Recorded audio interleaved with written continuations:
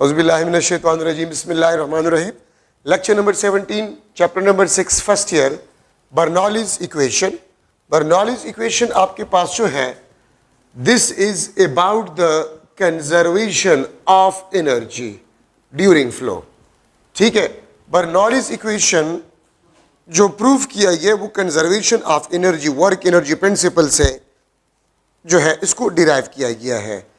अगर आपके पास एक पाइप हो of variable cross sectional area, ठीक है, जिसके डिफरेंट पार्ट्स डिफरेंट हाइट पे हो, ठीक है, यहां पर आपके पास क्रॉस सेक्शनल एरिया A1, यहां पर फ्लूइड का वेलोसिटी V1, यहां पर आपके पास क्रॉस सेक्शनल एरिया A2 और वेलोसिटी आपके पास V2।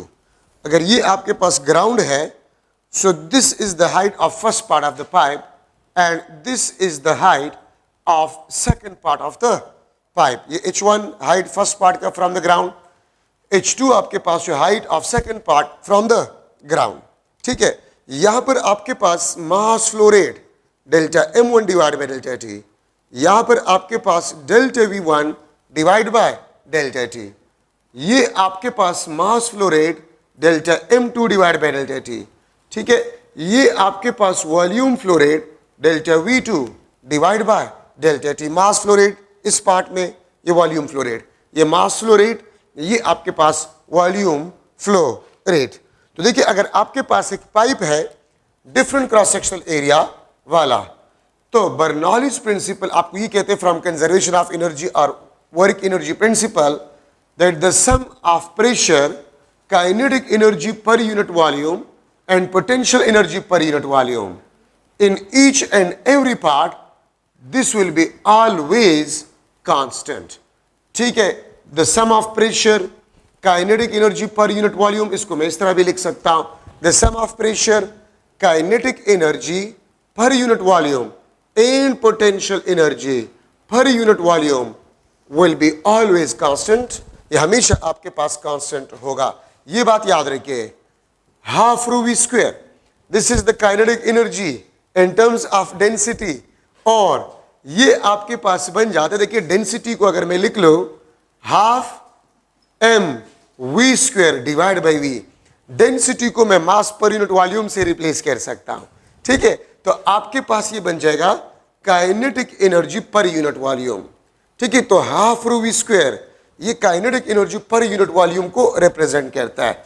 ठीक है, पोटेंशियल एनर्जी आपके पास पर यूनिट वॉल्यूम डेंसिटी, डेंसिटी के बजाय मैं मास लिख लूंगा per unit volume, so this is the potential energy per unit volume.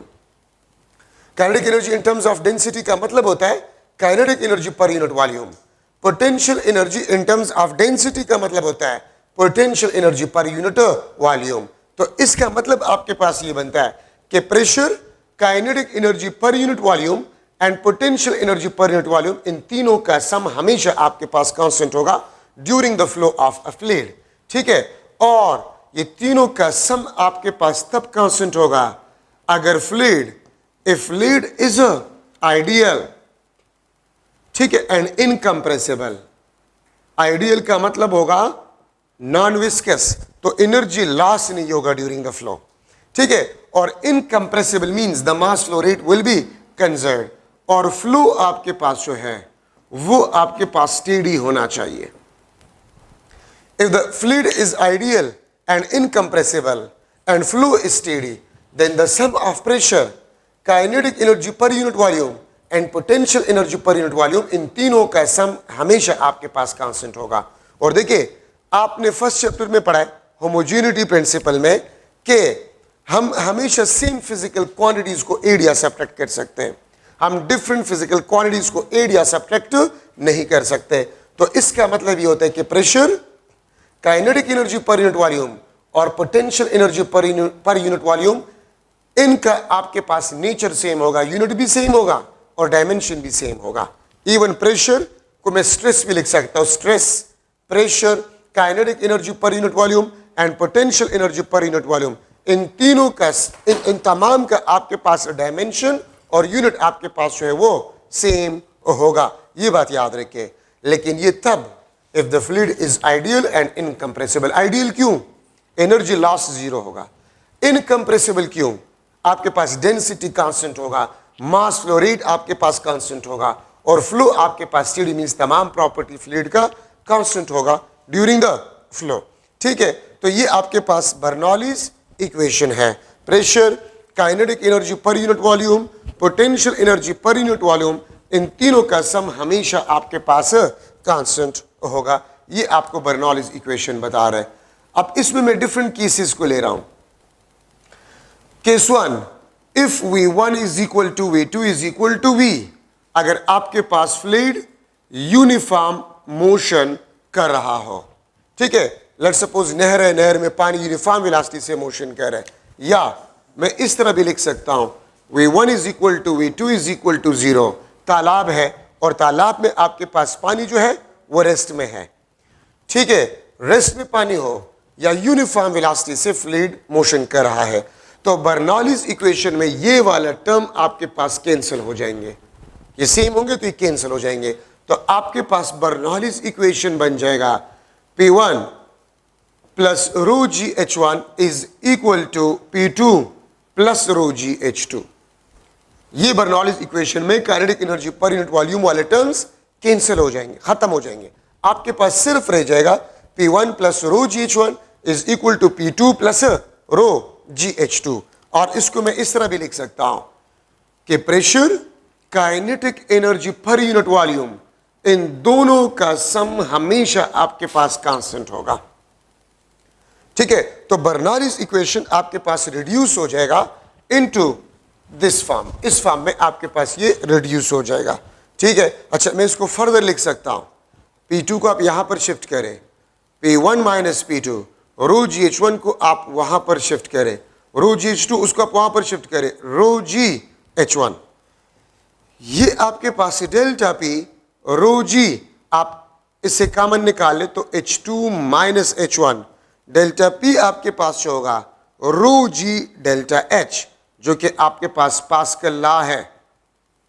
ठीक है, और यहां पर आप याद रखिए इस इक्वेशन में अगर आप देखें इन दोनों का सम आपके पास कांस्टेंट होना चाहिए, तो इन दोनों का सम अगर आपके पास कांस्टेंट होगा तो इस इक्वेशन में कौन से दो पैरामीटर्स वेरिएबल है, तो इसका मतलब है कि प्रेशर और हाइट वेरिएबल है।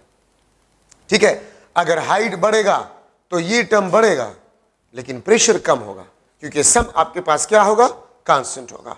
अगर हाइट कम तो ये टर्म कम होगा, प्रेशर बढ़ेगा, sum will be always constant. Height बढ़ेगा, ये टर्म बढ़ेगा, प्रेशर कम होगा, the sum will be constant. अगर हाइट कम, ये टर्म कम होगा, प्रेशर बढ़ेगा, sum will be always constant. तो यहां से मैं लिख सकता हूं कि pressure is inversely proportional to the height. Pressure आपके पास होगा वो हाइट के इनवर्सली प्रोपोर्शनल आपके पास होगा। मैं यहां से अगर डायग्राम से थोड़ा सा इसको डिस्कस करूं, लेट्स सपोज ये आपके पास तालाब है और इसमें पानी है, ठीक है, इसमें पानी है, तो हम हमेशा हाइट को ग्राउंड से लेते हैं। ये आपके पास H1 फ्रॉम द ग्राउंड, ये आपके पास डेप्थ होगा D1, ये आपके पास H2, ठीक है, हाइट, ये आपके पास डेप्थ होगा, ठीक है, D फॉर डेप्थ D2। तो देखिए गहराई हम अपर सरफेस से लेते हैं और हाइट हम ग्राउंड से लेते हैं। ठीक है, तो अगर आप जितना ज्यादा गहरे पानी में जाएंगे, डेप्थ अगर आपके पास इंक्रीज तो height will be decreases, height will be decreases. तो यहां से मैं लिख सकता हूं कि depth will be inversely proportional to height, और यहां पर प्रेशर हाइट के इनवर्सली प्रोपोर्शनल है। तो मैं लिख सकता हूं इन दोनों से, मैं लिख सकता हूं कि प्रेशर आपके पास जो है वो डेप्थ के डायरेक्टली प्रोपोर्शनल होगा। Pressure is inversely proportional to height but pressure is directly proportional to depth. गहराई के साथ प्रेशर जो है वो डायरेक्टली प्रोपोर्शनल होगा। ठीक है, तो जितना आप गहराई में जाएंगे प्रेशर बढ़ेगा और कम गहरे पानी में प्रेशर कम होगा। ठीक है, और मैं स्टूडेंट्स को अक्सर कहता हूं कि आप बाल्टी को भर ले पानी से और अपने हाथ को पानी में आप इस तरह नीचे ले जाए, तो जितना हाथ को आप नीचे ले जाएंगे पानी में, आपको हाथ के जरिए से फील होगा कि प्रेशर बढ़ रहा है। तो गहराई के साथ प्रेशर बढ़ता है, ये आपको यही बता रहा है। Sum of pressure and potential energy per unit volume will be equal to constant if the fluid is moving with a uniform velocity, या if the fluid is at rest. तो प्रेशर फिर हाइट के साथ inversely proportional होगा। और याद रखिए यहां पर जो प्रेशर आपके पास है ये स्टैटिक प्रेशर है, ठीक है, ये आपके पास स्टैटिक प्रेशर है, ठीक है, क्योंकि यहां पर हमने वाटर को रेस्ट में लिए यूनिफॉर्म वेलोसिटी से लिया है, ठीक है। तो static pressure plus potential energy per unit volume, इन दोनों का सम आपके पास हमेशा क्या होगा, कांस्टेंट होगा, ठीक है। लेकिन शर्त यह है कि आपके पास एनर्जी कंजर्व हो, और एनर्जी कब कंजर्व होगा, if the fluid is ideal and incompressible, और फ्लो आपके पास है वो स्टेडी हो। मैं केस 2 को ले रहा हूं, if H1 is equal to H2 is equal to H, मतलब ये आपके पास पाइप है डिफरेंट क्रॉस सेक्शनल एरिया वाला, ठीक है, और इसके डिफरेंट पार्ट सेम हाइट पे है, ये H1 हाइट पे, ये आपके पास H2 हाइट पे, ठीक है। तो इस बर्नौलीज इक्वेशन में पोटेंशियल एनर्जी वाले टर्म्स कैंसिल हो जाएंगे, पोटेंशियल एनर्जी वाले टर्म्स इसमें कैंसिल हो जाएंगे, ठीक है। तो फिर आपके पास बर्नौलीज इक्वेशन बन जाएगा P1 plus half rho V1 square, P2 plus half rho V2 square will be equal to constant. और मैं लिख सकता हूं, ठीक है, कि प्रेशर और kinetic energy per unit volume इसका सम आपके पास कांस्टेंट होगा। अगर एक पाइप है उसके डिफरेंट क्रॉस सेक्शनल एरिया वाले पार्ट सेम हाइट पे हो, तो फिर प्रेशर और kinetic energy per unit volume इन दोनों का सम आपके पास जो है वो कांस्टेंट होगा, ठीक है। तो मैंने इसको लिख लिया कि आपके पास P plus half rho V square, मतलब यहां पर आपके पास pressure P1, kinetic energy per unit volume यहां पर P2 plus half rho V2 square, इन दोनों का सम और इन दोनों का सम सेम होगा। तो pressure plus kinetic energy per unit volume इन दोनों का सम आपके पास है वो कांस्टेंट होगा। मैं इसको इस तरह भी लिख सकता हूं, P2 को आप यहां पर शिफ्ट करें तो P1 माइनस P2, उसको आप वहां पर शिफ्ट करें, half rho V2 square minus half rho V1 square. मैं इसको लिख सकता हूं delta P half rho V2 square minus V1 square, और if there is a pressure difference there will be force, and force per unit area half rho V2 square minus V1 square. अगर area को आप यहां पर shift करें तो force आपके पास बन जाएगा half rho A V2 square minus V1 square. ये आपके पास फोर्स का इक्वेशन बन जाएगा, ठीक है। और इस फोर्स का जो कास होगा वो आपके पास प्रेशर डिफरेंस होगा, ठीक है। इसीलिए हम इस फोर्स को कहते हैं this is a thrust force, this is a thrust force. और इस थर्स्ट फोर्स का जो कास है, इसका जो कास है वो प्रेशर डिफरेंस है, और प्रेशर डिफरेंस का जो कास है वो डेल्टा V है, change in velocity, change in velocity इसका कास है, ठीक है। तो half rho A V2 square minus V1 square, this is force, ठीक है। और ये आपके पास रिड्यूस बर्नौलीज इक्वेशन है, ठीक है। अच्छा, अब यहां पर आप देख सकते हैं pressure plus half rho V square. आप इस इक्वेशन में देखिए कौन से दो पैरामीटर्स वेरिएबल है, तो प्रेशर और वेलोसिटी। अगर वेलोसिटी बढ़ता है तो ये टर्म बढ़ेगा, प्रेशर कम होगा। अगर वेलोसिटी डिक्रीज, ये टर्म कम होगा, प्रेशर बढ़ेगा, लेकिन सम आपके पास हमेशा कांस्टेंट होगा। तो यहां से मैं लिख सकता हूं कि pressure is inversely proportional to the velocity, और इस प्रेशर को बेसिकली हम कहते हैं डायनामिक प्रेशर, इसको हम डायनामिक प्रेशर कहते हैं। और इस फोर्स का कास डेल्टा P या डायनामिक प्रेशर होता है, डायनामिक प्रेशर आपके पास होता है इस फोर्स का कास। तो प्रेशर आपके पास जो है this will be inversely proportional to the velocity. क्या मतलब है इसका, वेलोसिटी बढ़ेगा, ये टर्म बढ़ेगा, प्रेशर कम होगा, but the sum will be always constant. So pressure is inversely proportional to the velocity of a fluid. जहां पर फ्लूइड का वेलोसिटी ज्यादा होगा वहां पर फ्लूइड का प्रेशर कम होगा, जहां पर वेलोसिटी कम होगा वहां पर फ्लूइड का प्रेशर ज्यादा होगा। तो pressure is inversely proportional to the velocity, ठीक है। जहां पर फ्लूइड का वेलोसिटी ज्यादा होगा वहां पर प्रेशर कम होगा, अगर वेलोसिटी कम होगा वहां पर फ्लूइड का प्रेशर ज्यादा होगा। तो pressure is inversely proportional to velocity, हमें बर्नौलीज इक्वेशन बता रहे हैं, ठीक है। और इसको हम डायनामिक प्रेशर कहते हैं। इसकी मिसाल क्या है, मैं फर्स्ट ऑफ ऑल तो आपको इस फोर्स के बारे में बता रहा हूं। लेट सपोज आपके पास एक हार्ड शीट है, आपके पास एक हार्ड शीट है, गाड़ी में आप इस तरह जा रहे हैं, गाड़ी का डायरेक्शन ऑफ मोशन ये है, आप खिड़की से हाथ को निकाल लें, ठीक है। तो देखिए एयर का स्पीड यहां पर एयर का स्पीड क्या होगा, ज्यादा होगा। तो अगर स्पीड या वेलोसिटी ज्यादा होगा, प्रेशर क्या होगा, कम होगा। यहां पर एयर इस तरह जाएगा, इसके नीचे स्पीड एयर का कम होगा, प्रेशर ज्यादा होगा। ऊपर स्पीड ज्यादा, प्रेशर कम, नीचे आपके पास स्पीड कम, प्रेशर ज्यादा होगा, ठीक है। तो आपको हाथ के जरिए से फील करेंगे कि एक फोर्स इस पे अपर डायरेक्शन में लग रहा है, हाथ के जरिए से फील हो कि यार इस पे तो फोर्स है ऊपर की तरफ। कौन सा फोर्स है, ये वाला फोर्स, ठीक है। मैं फिर रिपीट कर रहा हूं, गाड़ी इस डायरेक्शन में जा रहा है, आपने खिड़की से हाथ को निकाल लिया और एक हार्ड शीट को आपने इस तरह रख लिया। तो यहां पर एयर का वेलोसिटी ज्यादा होगा, प्रेशर कम होगा, यहां पर वेलोसिटी कम होगा, प्रेशर ज्यादा होगा। तो ज्यादा प्रेशर से कम प्रेशर की तरफ फोर्स होगा, जिसको हम थ्रस्ट फोर्स कहते हैं। और याद रखिए एरोफिल इसी 6th चैप्टर में है।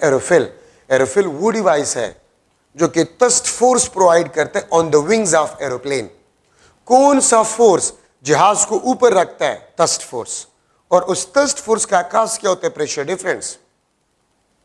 और इस प्रेशर डिफरेंस का आकाश वेलोसिटी डिफरेंस होता है। तो एरोफिल एक डिवाइस होता है जो कि जहाजों के विंग्स के साथ लगाया जाता है, जो कि फोर्स, थ्रस्ट फोर्स प्रोड्यूस करते हैं। Thrust force is always perpendicular to the wings of aeroplane, इसलिए एरोप्लेन को ये थ्रस्ट फोर्सेस ऊपर रखता है। आपने कुछ परिंदों को देखा होगा कि वो फ्लाइट के दौरान अपने परों को हिलाना छोड़ जाता है, परों को रिस्ट में बिल्कुल रखता है और वो परिंदा फ्लोट करता है। वो परिंदा क्या करता है, वो फ्लोट करता है। तो कौन सा फोर्स उस परिंदे को ऊपर रख रहे हैं, ये फोर्स उस परिंदे को ऊपर रखता है कि ठीक है, वो बेसिकली परों को ऑसिलेट भी नहीं कर रहा, फिर भी वो फ्लोट करता है, ये फोर्स इसको ऊपर रखता है।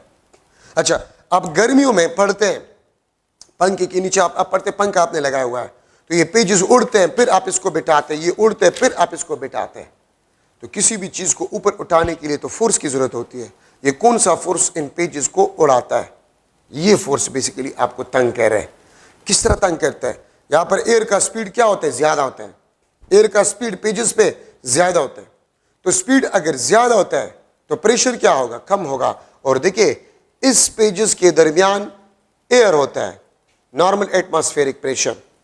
स्पीड कम होते हैं, प्रेशर ज्यादा पेजेस के दरमियान, ठीक है। तो ऊपर स्पीड ज्यादा, प्रेशर कम, पेजेस के दरमियान एयर गैप्स होते हैं, एयर होते हैं, नॉर्मल एटमॉस्फेरिक प्रेशर। स्पीड कम होते हैं, प्रेशर ज्यादा। तो पेज के नीचे प्रेशर ज्यादा, ऊपर प्रेशर कम, तो force, it will experience a force, ये ऊपर उड़ेगा और फिर आप इसको बंद करते हैं, ठीक है। ये फोर्स बेसिकली आपको तंग करता है, ठीक है। अच्छा, अब देखिए आपके पास जो है ये लेट्स सपोज मैं वही नलके का एग्जांपल ले रहा हूं, इससे पानी आ रहा है नीचे, ठीक है। तो यहां पर आपके पास जो है ये एरिया डिक्रीज हो जाता है। यहां पर velocity v1, pressure p1 fluid का, वेलोसिटी v2, प्रेशर p2। तो v2 v1 से ज्यादा होता है, तो p2 p1 से क्या होगा, कम होगा।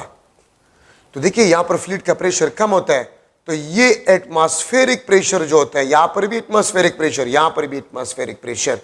तो यहां पर चूंकि फ्लूइड का प्रेशर कम होता है, ये एटमॉस्फेरिक प्रेशर इस पानी को स्क्वीज कर जाता है, तो इसलिए यहां पर एरिया कम, वहां पर एरिया ज्यादा, ठीक है। अच्छा, आपके पास दो सिंपल पेंडुलम्स हैं, हल्के से बॉब्स आपने उसके साथ अटैच किए, हल्के से बॉब्स आपने अटैच किए, लाइटर बॉब्स आपने अटैच किया है।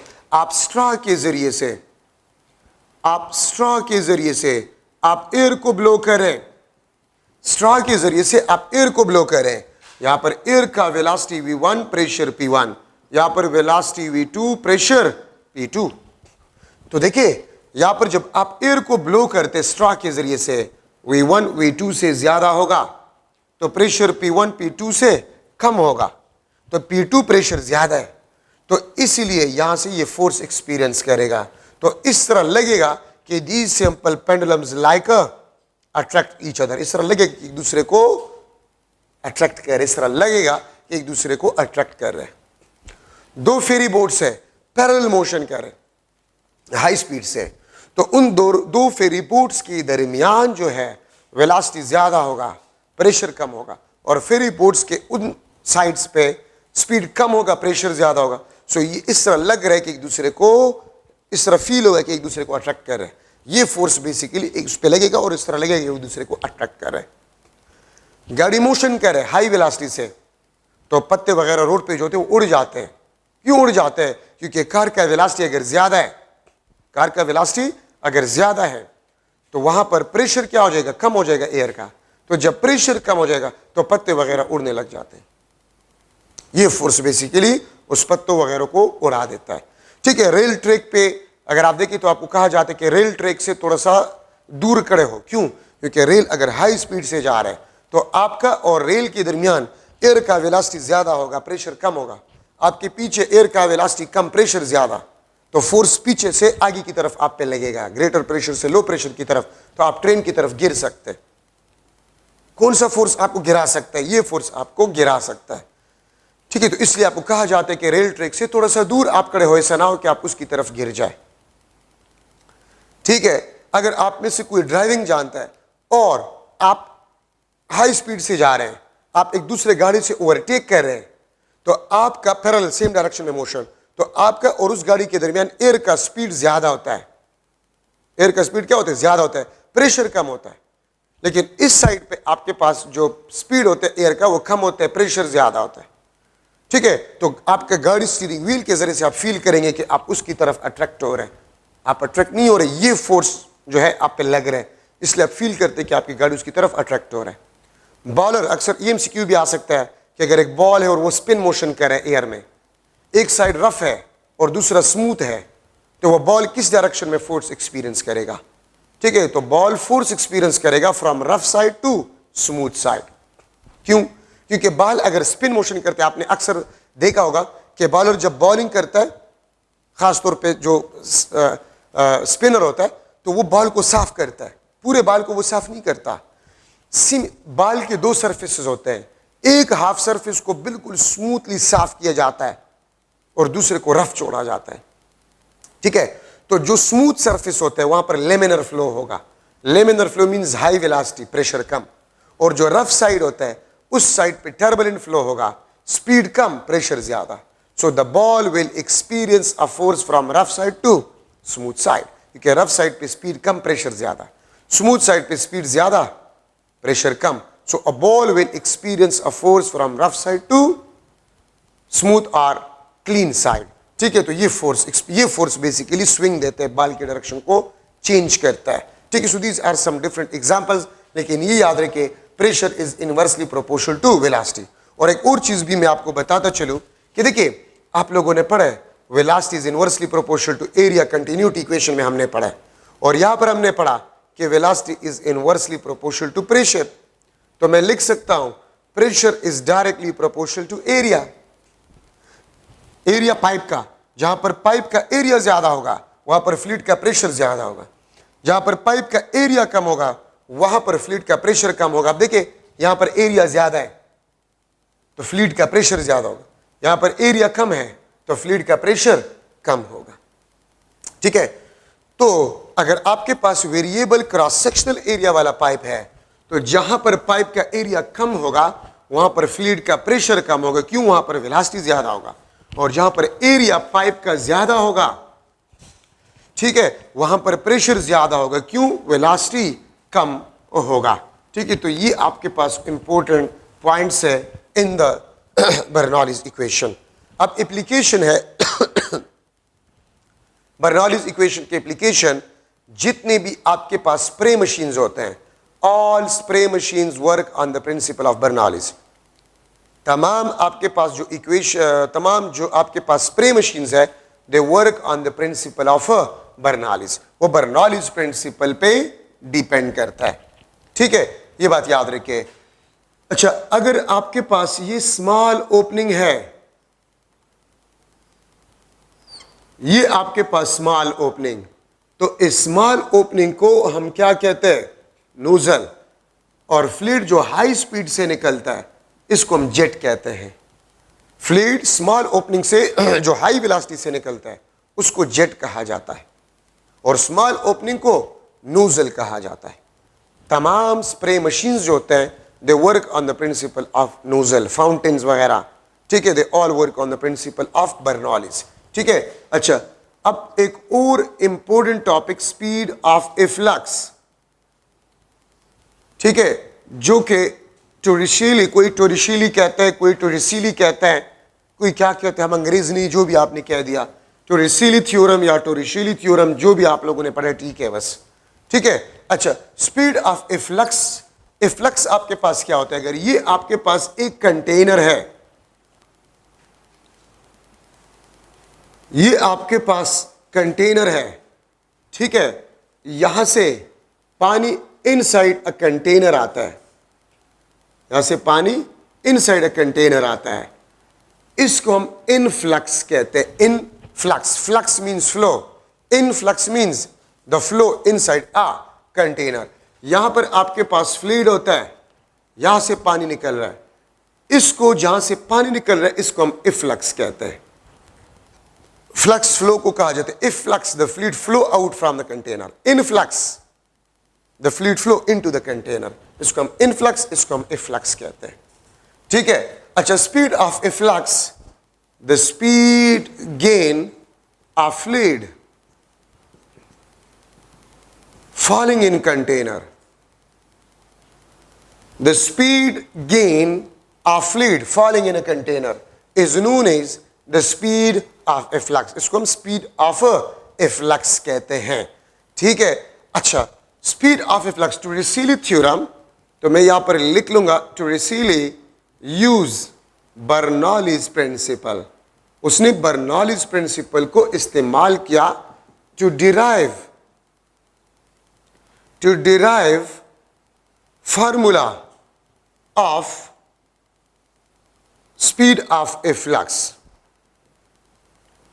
speed of efflux। टोरिसीली ने बर्नौलीज प्रिंसिपल को इस्तेमाल किया to derive formula for the speed of efflux, ठीक है। और speed of efflux आपके पास जो है, this is equal to under the root of 2gh, और इस जैसा कोई इक्वेशन आपने पहले पढ़ा है। हाँ, अगर ये हाइट h से कोई बॉडी फॉल कर रहे हैं, हाइट h से किसी बॉडी को मैं गिरा रहा हूं, तो just before hitting the ground velocity will be equal to under root 2gh, ये हमने चैप्टर नंबर 3 में पढ़ा है। एक बॉडी को मैं गिरा रहा हूं हाइट h से, just before hitting the ground velocity उसका क्या होगा? Under root 2gh। मैं इसको गिरा रहा हूं, ठीक है, हाइट h से, just before hitting the ground, what will be the velocity of this marker? तो Vg is equal to under the root of 2gh, ठीक है। तो सेम आपके पास स्पीड ऑफ फ्लक्स का भी है। तो इस तरह लग रहा है कि यहां से जो फ्लूइड गिर रहा है और यहां पर इसका जो वेलोसिटी है वो बेसिकली स्पीड ऑफ फ्लक्स कहलाता है, जो कि किस चीज के बराबर है? Under the root of 2gh। यहां पर ये h किस चीज को रिप्रेजेंट करता है? याद रखिए, h का मतलब आपके पास होते फ्लूइड लेवल। कुछ बुक्स में h है, कुछ बुक्स में डेल्टा H है, कुछ बुक्स में L है, कुछ बुक्स में D है, ठीक है। फ्लूइड लेवल, H का मतलब आपके पास क्या होता है? फ्लूइड लेवल, ठीक है। और फ्लूइड लेवल का मतलब आपके पास क्या होता है? From upper level, from upper fluid level to the mid of the opening, to the mid of the opening, from upper level, ये देखिए अपर लेवल है, अपर लेवल से लेकर to the mid of the opening, इसको basically हम H कहते हैं, या इसको बेसिकली हम फ्लूइड लेवल कहते हैं। अपर लेवल से लेकर मिड ऑफ द ओपनिंग तक, इसको हम फ्लूइड लेवल कहते हैं। ये H ये हाइट नहीं है, फ्लूइड लेवल है। तो इसका मतलब ये होगा कि speed of A flux is directly proportional to the square root of H, और speed of a flux is directly proportional to the square root of a fluid level, ठीक है। Square root of fluid level के under root के directly proportional आपके पास है। आपने देखा होगा आपके घरों में टैंकी होते हैं ना घर के ऊपर, उसमें पानी होता है। तब जब टैंकी भरा होता है आप नीचे नल का खोल लें, पानी का वेलोसिटी काफ़ी ज़्यादा होता है। लेकिन जब टैंकी में पानी कम हो रहा है तो नीचे नलके से जो पानी निकल रहा है उसके वेलोसिटी देखिए वो भी कम होता है। तो speed of flux water level पे, टैंकी भरा हुआ है, नीचे नलके से पानी का स्पीड काफ़ी ज़्यादा होगा, ठीक है। और अगर टैंकी में वाटर लेवल कम हो रहा है तो नीचे नलके से पानी का स्पीड भी कम होगा। आपको ये इक्वेशन यही बता रहा है।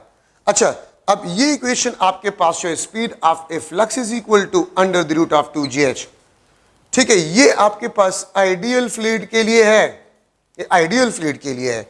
अगर रियल फ्लूइड हो, अगर रियल फ्लूइड हो तो रियल फ्लूइड का स्पीड ऑफ ए फ्लक्स जो होगा वो under the root of 2gh से कम होगा। क्यों कम होगा? Because of the viscosity of the fluid, क्योंकि विस्कोसिटी की वजह से जरूर एनर्जी लॉस होगा, और अगर एनर्जी लॉस होगा तो फिर speed of A flux under the root of 2gh से कम होगा। लेकिन याद रखिए लिक्विड्स में भी एनर्जी लॉस इतना कम होता है कि उसको हम नेग्लेक्ट कर सकते हैं, ठीक है, उसको हम नेग्लेक्ट कर सकते हैं। तो इसलिए हम रियल फ्लूइड्स के लिए भी इक्वेशन इस्तेमाल कर सकते हैं, small amount of energy loss को हम नेग्लेक्ट कर सकते हैं, ठीक है। अच्छा, स्पीड ऑफ ए फ्लक्स आपके पास अंडर 2gh। अच्छा हाँ, अब आपके पास ये जो है, ठीक है, आपके पास जो है ये वाला equation, speed of A flux is equal to under the root of 2gh। This is basically the velocity of the body just before hitting the ground. मैं इस मार्कर को गिरा रहा हूं just before hitting the ground, इसका velocity आपके पास क्या होगा? अंडर रूट 2gh होगा। अंडर रूट 2gh आपके पास जो है वो होगा, बस प्रेदा, ठीक था। तो अब देखिए ये फार्मूला हमने उस हाइट में पढ़ा था। अगर आपको ये वाला फार्मूला याद हो, T is equal to 2h divide by g under the root, अगर आपको याद हो ये फार्मूला हमने कब पढ़ा था? मैं एक बॉडी को हाइट h से गिरा रहा हूं, आप ये बताएं कितने टाइम में जमीन तक ये पहुंचेगा? तो T is equal to under the root of 2h divide by g। कितने टाइम में ये जमीन तक पहुंचेगा? T is equal to under the root of 2h divide by g। अब यहां पर फ्लूइड में मैं इसको किस चीज के लिए इस्तेमाल करूंगा? ये मैं एम्प्टी टाइम के लिए इस्तेमाल करूंगा। एम्प्टी टाइम, एक कंटेनर कितने टाइम में एम्प्टी होगा उसके लिए अब ये फार्मूला मैं इस्तेमाल करूंगा। और यहां पर आप देख सकते हैं T is directly proportional to the square root of h। T is directly proportional to the square root of h। मतलब ये है एक कंटेनर फुल है, ठीक है, वो T टाइम में एम्प्टी हो रहा है। अगर एक टैंकी जो है हाफ फिल्ड हो तो कितने टाइम में वो एम्प्टी होगा? इस किस्म की क्वेश्चंस आपके पास आ सकते हैं। तो ये एम्प्टी टाइम के लिए आप इस्तेमाल करेंगे। तो स्पीड ऑफ ए फ्लक्स भी फ्लूइड लेवल पे डिपेंडेंट है। Speed of A flux is directly proportional to square root of h या l या d या फ्लूइड लेवल, ठीक है। और एम्प्टी टाइम भी आपके पास जो है this is directly proportional to the square root of h। Speed of A flux भी आपके पास जो है directly proportional to the square root of h, और एम्प्टी टाइम भी आपके पास जो है this is also directly proportional to the square root of h। Empty time, ये फार्मूला आप एम्प्टी टाइम के लिए आप इस्तेमाल करेंगे। किस तरह? अगर मैं आपसे क्वेश्चन करूं कि एक कंटेनर फुल ऑफ वाटर था, कंटेनर फुल ऑफ वाटर,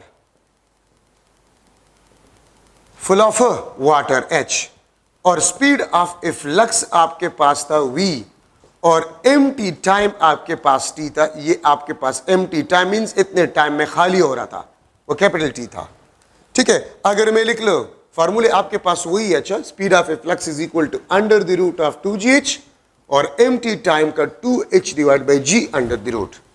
अच्छा, if container is half fill, if container is half filled, अगर मैं लिख लो कंटेनर हाफ फिल्ड और यहां पर मैं लिख लूं h प्राइम h/2, तो आप देखिए, ठीक है, आप इसको गौर से देखें। मैं यहां पर अगर h/2 से पुट करो तो 2 कैंसिल हो जाएगा। तो स्पीड ऑफ ए फ्लक्स आपके पास under the root of gh आ जाए। और देखिए speed of A flux is directly proportional square root of h, तो आपके पास v divide by under root 2। अगर हाइट हाफ हो तो इस पे अंडर रूट है, तो अगर हाइट हाफ हो जाए तो speed of flux under root 2 time decrease हो जाएगा, और under root 2 time decrease means under root g h. देखिए ना, मैं अगर यहां पर पुट करूं स्पीड ऑफ ए फ्लक्स में, ठीक है, under the root of 2 g h by 2, half है 2 cancel, under root g h आपके पास बन। अच्छा, एम्प्टी टाइम आपके पास क्या बन जाएगा? तो देखिए आपके पास यहां पर h को h बाई 2 अगर आप पुट कर ले, हाफ है h by 2, t is equal to 2h divide by 2g, half fill. तो आपके पास under root h divide by g, या ये आपके पास बन जाएगा t divide by under root 2 time. तो speed of A flux under root 2 time decrease हो जाएगा। और अगर एक कंटेनर पहले t टाइम में एम्प्टी हो रहा था, जब वो फुल ऑफ वाटर था, अगर हाफ फिल्ड हो तो वो अंडर रूट 2 टाइम कम टाइम में एम्प्टी होगा। ठीक है, अब अगर मैं आपसे ये पूछूं, if container, if 1/4 part of container is filled, अगर 1/4 पार्ट फिल्ड हो या 1/4 part of the container is filled, तो h प्राइम आपके पास h डिवाइड बाई 4 होगा। तो यहां पर अगर आप h बाई 4 पुट करें तो स्पीड ऑफ ए फ्लक्स आपके पास बन जाएगा, ठीक है, 2gh डिवाइड बाई 4। तो ये आपके पास gh divide by 2 under the root, या मैं लिख लूंगा v डिवाइड बाई 2, मैं लिख लूंगा v डिवाइड बाय 2, ठीक है। और ये आपके पास बन जाएगा speed of A flux v divide by 2, सही है। और अगर एम्प्टी टाइम हो तो देखिए यहां पर आप पुट करें h बाय 4, यहां पर पुट करें h बाय 4, तो 2 2 जा 4, ये आपके पास h divide by 2g under the root, या ये आपके पास t डिवाइड बाई टाइम। तो अगर पहले t टाइम में वो एम्प्टी हो रहा था, अब t बाई 2 टाइम में ये एम्प्टी होगा। आप इन रिलेशन को याद रखिए, एम्प्टी टाइम और स्पीड ऑफ ए फ्लक्स। ये h किस चीज को रिप्रेजेंट करता है? ये फ्लूइड लेवल, और फ्लूइड लेवल का मतलब क्या होता है? From upper level to the mid of the opening, ठीक है। अच्छा, अब अगर आपके पास कंटेनर है और उसमें एक से ज्यादा ओपनिंग हो,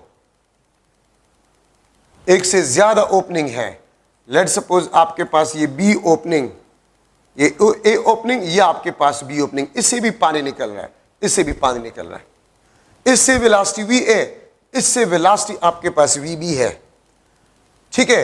एक बात हमेशा याद रखिए, लेट सपोज ये टेबल पे पड़ा हुआ है, ये टेबल पे पड़ा हुआ है, अगर ग्राउंड से आपको हाइट गिवन है, ग्राउंड से हाइट गिवन है, ठीक है, h1, ये आपके पास h2, अगर एक कंटेनर के डिफरेंट ओपनिंग हो और उन ओपनिंग का हाइट ग्राउंड से डिफरेंट हो, तो याद रखिए जो ओपनिंग ग्राउंड के नजदीक होगा स्पीड ऑफ ए फ्लक्स उससे ज्यादा होगा, ठीक है।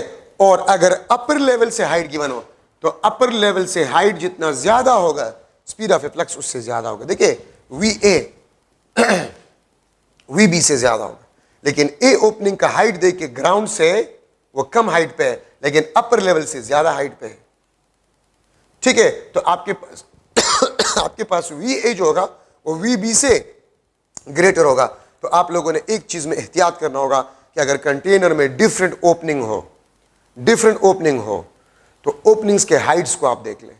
अगर ग्राउंड से हाइट गिवन हो तो जिस ओपनिंग का हाइट ग्राउंड से कम होगा स्पीड ऑफ ए फ्लक्स उससे ज्यादा होगा, और अपर लेवल से जिस ओपनिंग का हाइट ज्यादा होगा अपर लेवल से उससे स्पीड ऑफ ए फ्लक्स ज्यादा होगा।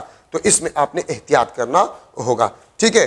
अगर मैं एक एमसीक्यू जो है इसमें बना लूं कि उसी कंटेनर में दो ओपनिंग है ए और बी, जिस तरह मैंने आपको वहां पर शो किया है। MCQ V A is equal to, बल्कि मैं लिख लूंगा, let from to opening speed of a flux is VA and VB, where VA is equal to 2 times of VB, means A opening से जो velocity है वो 2 times of B velocity है, and cross sectional area of both openings are same, both openings are same, दोनों opening के cross sectional area आपके पास same है और velocity V A 2 times of V B था। If half of area of B opening, a B opening is closed or blocked, B opening का half area block या closed किया गया, then A option VA will be equal to VB, B option VA will be equal to 4 times of VB, C option आपके पास जो है VA is equal to 2 times of VB, D option आपके पास जो है VA is equal to VB divided by 2। तो देखिए पहले आपके पास A का वेलोसिटी वो 2 टाइम्स ऑफ VB था और यहां से मैं लिख सकता हूं B का वेलोसिटी वो A के वेलोसिटी का हाफ था। अब अगर B के एरिया को मैंने हाफ किया, area of if half of area of B opening is block, अगर इस B ओपनिंग का हाफ पार्ट मैंने ब्लॉक कर लिया तो हाफ तो रह गया ना। तो अगर area half velocity will be double, तो अगर आपके पास वेलोसिटी डबल हो जाएगा, area of B is equal to half of area of A, तो फिर वी बी आपके पास 2 times of V A divide by 2, this is cancel. तो फिर वी ए और वी बी आपके पास क्या हो जाएंगे, बराबर हो जाएंगे। दो ओपनिंग थे ए और बी, ए से velocity 2 times of V B था, बी को हमने हाफ क्लोज किया, ब्लॉक किया, फिर वेलोसिटी क्या आपके पास वेलोसिटीज क्या होंगे, तो फिर ए और बी के वेलोसिटीज आपके पास जो है वो बराबर हो जाएंगे। तो ये आपके पास इसमें इंपॉर्टेंट डिस्कशन आपके पास थे। अच्छा, अब आपके पास है वेंटोरीमीटर, या कोई इसको वेंचुरीमीटर कहते हैं, कोई वेंटोरीमीटर कहता है, आपने जो भी कह दिया ठीक है, हम अंग्रेज नहीं है, बस जो भी कह दिया। अच्छा, या इसको हम कहते हैं फ्लोमीटर। इसमें कुछ पॉइंट्स है बस एमसीक्यूज के लिहाज से। एक तो this is a device which measure flow rate, ये फ्लो रेट को मेजर करता है। Work on principle, work on principle of Bernoulli's, ये बर्नौलीज प्रिंसिपल पे काम करता है। ठीक है, इसका आपके पास जो है डायग्राम है, ठीक है,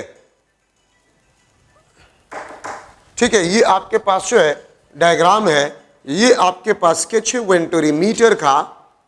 ठीक है, ये आपके पास वेंटोरीमीटर का स्केच है, ये इसमें बैरोमीटर है, इसमें बैरोमीटर है आपके पास।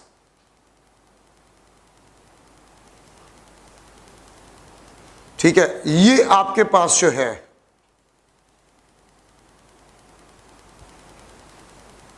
ये आपके पास स्केच है वेंटोरीमीटर का, या जिसको हम फ्लोमीटर भी कहते हैं। इस कम क्रॉस सेक्शनल एरिया वाले पार्ट को हम कहते हैं थ्रोट, थ्रोट ऑफ वेंटोरीमीटर या फ्लोमीटर। ये आपके पास दो बैरोमीटर्स होते हैं, दो बैरोमीटर, मैं इसको B1 लिख लेता हूं, इसको B2। यहां पर cross sectional area A1, velocity आपके पास V1, यहां पर क्रॉस सेक्शनल एरिया आपके पास A2 और वेलोसिटी आपके पास जो है वो V2 होगा। एक cross sectional area A1, velocity V1, एक क्रॉस सेक्शनल एरिया A2, उसका वेलोसिटी आपके पास जो है वो V2 होगा। इसको हम थ्रोट कहते हैं। बैरोमीटर, दोनों बैरोमीटर के क्रॉस सेक्शनल एरिया सेम होते हैं, दोनों बैरोमीटर्स के क्रॉस सेक्शनल एरियाज आपके पास सेम होते हैं। ठीक है, ये बात आप लोग याद रखें। अच्छा, अब यहां पर फ्लूइड का प्रेशर P1, यहां पर फ्लूइड का प्रेशर P2। तो मैंने कुछ देर पहले आपको बताया था कि pressure is directly proportional to area. यहां पर एरिया ज्यादा है, प्रेशर ज्यादा है, यहां पर एरिया कम है, प्रेशर कम है। तो देखिए, अगर यहां पर एरिया ज्यादा है, प्रेशर ज्यादा है, तो ज्यादा हाइट तक ये फ्लूइड ऊपर आएगा। मैं इसको HB1 लिख लेता हूं, बैरोमीटर B1 में हाइट ऑफ द फ्लूइड। यहां पर प्रेशर कम है तो कम हाइट तक फ्लूइड ऊपर आ जाएगा, इसको मैं HB2 लिख लूंगा, इसको HB1, इसको आप HB2। ठीक है, और इन दोनों का जो डिफरेंस आपके पास होता है वो HB1 माइनस HB2। वो बैरोमीटर जो कि ज्यादा क्रॉस सेक्शनल एरिया वाले पार्ट में हो उसमें हाइट ऑफ फ्लूइड ज्यादा होगा, और जो थ्रोट में होते हैं उसमें हाइट कम होता है।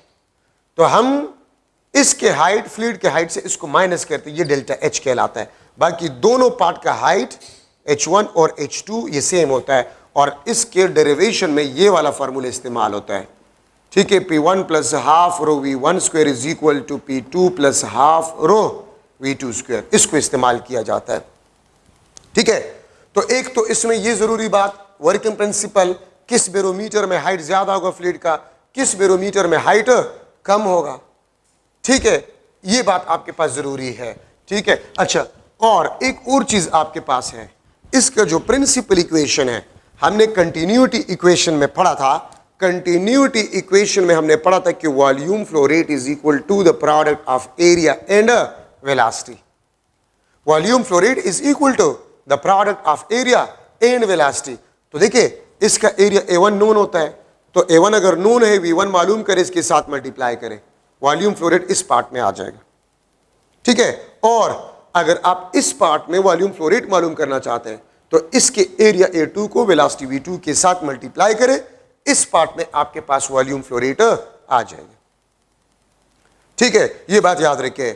तो अब आपके पास इसमें अगर आप वेलोसिटी मालूम करना चाहते हैं तो V1 is equal to 2G delta H A1 divide by A2 whole square minus 1 under the root. ये आपके पास V1 वेलोसिटी का फार्मूला है और ये V1 वेलोसिटी आपके पास जो है directly proportional to delta H, और डेल्टा H आपके पास जो होता है वो दोनों बैरोमीटर के फ्लूइड के हाइट में डिफरेंस होता है।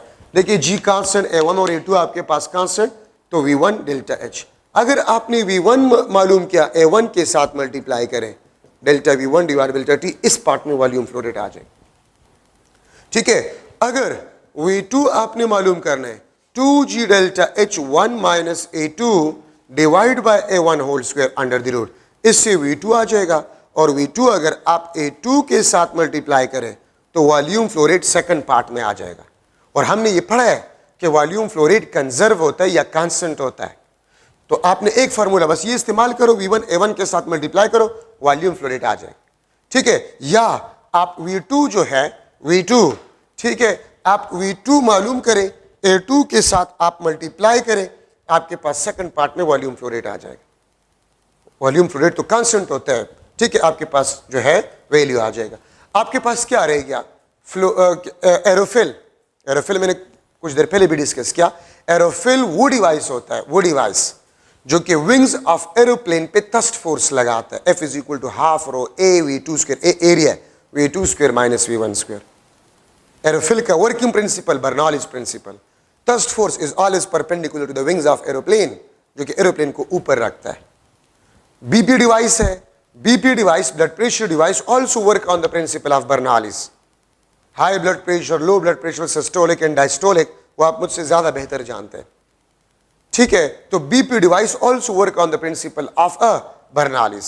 ठीक है, एयर बैग होता है, हाथ के इर्द गिर्द लगाए जाते हैं, उसमें एयर पंप किए जाते हैं, तो एक्सटर्नल एयर प्रेशर के बेस पे इंटरनल ब्लड प्रेशर को मालूम किया जाता है। ठीक है, बीपी डिवाइस याद रखिए। यूनिट टार आपके पास है, टार यूनिट ऑफ प्रेशर 133.3 न्यूटन पर मीटर स्क्वायर आपके पास होता है। ठीक है, अच्छा, आपका चैप्टर खत्म हो गया, लेकिन दो तीन जरूरी बातें उसको आप गौर से सुने। एक आपके बुक में MCQ है, फ्लो रेट, याद रखिए, this is inversely proportional to the length of pipe. लेकिन इसके लिए अगर आप प्रेशर डिफरेंस को कांस्टेंट रख ले, आप किस चीज को कांस्टेंट रख ले, प्रेशर डिफरेंस को कांस्टेंट रख ले। और प्रेशर डिफरेंस आपके पास क्या होता है, ये अगर पाइप है, यहां से प्रेशर P1, यहां से प्रेशर P2, यहां से प्रेशर P1, यहां से प्रेशर P2, तो डेल्टा P आपके पास P1 माइनस P2 या P2 माइनस P1, ये अगर कांस्टेंट हो तो flow rate will be inversely proportional to the length of a pipe. Flow rate अगर length of a pipe double तो flow rate will be half, आपके book में MCQ है। Flow rate is directly proportional to delta P if length of a pipe is kept constant. अगर आप length of a pipe को constant रख ले तो फ्लो रेट आपके पास डेल्टा P के डायरेक्टली प्रोपोर्शनल होगा। आपके बुक में एक और MCQ है कि लेट्स सपोज ये आपके पास पाइप है, यहां पर क्रॉस सेक्शनल एरिया A1 यहां पर वेलोसिटी फ्लूइड का v1, सही है, इसका रेडियस r1, यहां पर रेडियस r1, और इसमें हमने n फाइन होल्स कर लिए, यहां पर हमने n फाइन होल्स कर लिए, ठीक है। उसका एरिया आपके पास A2, रेडियस आपके पास R2, और यहां से पाइप्स जो स्मॉल ओपनिंग से पानी निकलता है उसका वेलोसिटी V2। तो जिस तरह शावर होते हैं ना, शावर, पाइप से पानी आते, शावर में सामने स्मॉल होल्स होते हैं, तो उस होल से वेलोसिटी क्या होगा, तो कंटिन्यूटी इक्वेशन बन जाएगा A1 V1, n fine holes है तो n A2 into V2, V2 will be equal to A1 V1 divided by n V2, A1 V1 divided by n into A2, या इसको मैं इस तरह भी लिख सकता हूं R1 square V1 divided by n into R2 square, even diameter से भी आप इसको रिप्लेस कर सकते हैं अगर डायमीटर गिवन हो। तो देखिए, अगर number of fine holes given हो, एरिया A1 और A2 गिवन हो, ठीक है, और यहां पर वेलोसिटी गिवन हो, तो फिर स्मॉल ओपनिंग से वेलोसिटी क्या होगा वो आप फिर इस इक्वेशन से मालूम कर सकते हैं, ठीक है। तो ये आपके जो MCQs है बुक में, उसमें ज़रूरी पॉइंट्स मैंने आपको बता दिए। चैप्टर नंबर 6 भी जो है वो ख़त्म हो गया, ठीक है, चैप्टर नंबर 6 भी आपके पास ख़त्म हो गया। इंशाल्लाह नेक्स्ट लेक्चर में हम चैप्टर नंबर 7 को स्टार्ट करेंगे, ऑसिलेशन। तो ऑसिलेशन चैप्टर को आप एक नज़र ज़रूर पढ़ें, ठीक है। और टेस्ट जो है इंशाल्लाह वो तो उम्मीद है कि डिले हो गया है, ठीक है, पाकिस्तान है और फिर हमारा PTI का गवर्नमेंट है, कुछ भी पता नहीं चलता, कुछ भी हो सकता है, लेकिन जितनी इन्फॉर्मेशन है, ठीक है, वो डिले का है। आप स्टडी करें, तैयारी करें, ठीक है, फ्रेश, कोई प्रॉब्लम हो तो हमें ज़रूर बताया करें। इंशाल्लाह आप जो ऑनलाइन क्लासेस ले रहे हैं तो आपके लिए हम कोशिश करें कि अगर टेस्ट डिले हुआ तो हम हफ्ते में 1 या 2 दिन रखेंगे। क्वेश्चन आंसर सेशन आप अकेडमी आ सकते हैं, जब लॉकडाउन खोला जाएगा तो क्वेश्चन आंसर सेशन में आप आ सकते हैं। अगर आपको कोई प्रॉब्लम है वो इंशाल्लाह फिजिक्स, केमिस्ट्री, बायो, इंग्लिश की टीचर्स हल करेंगे। Thank you so much.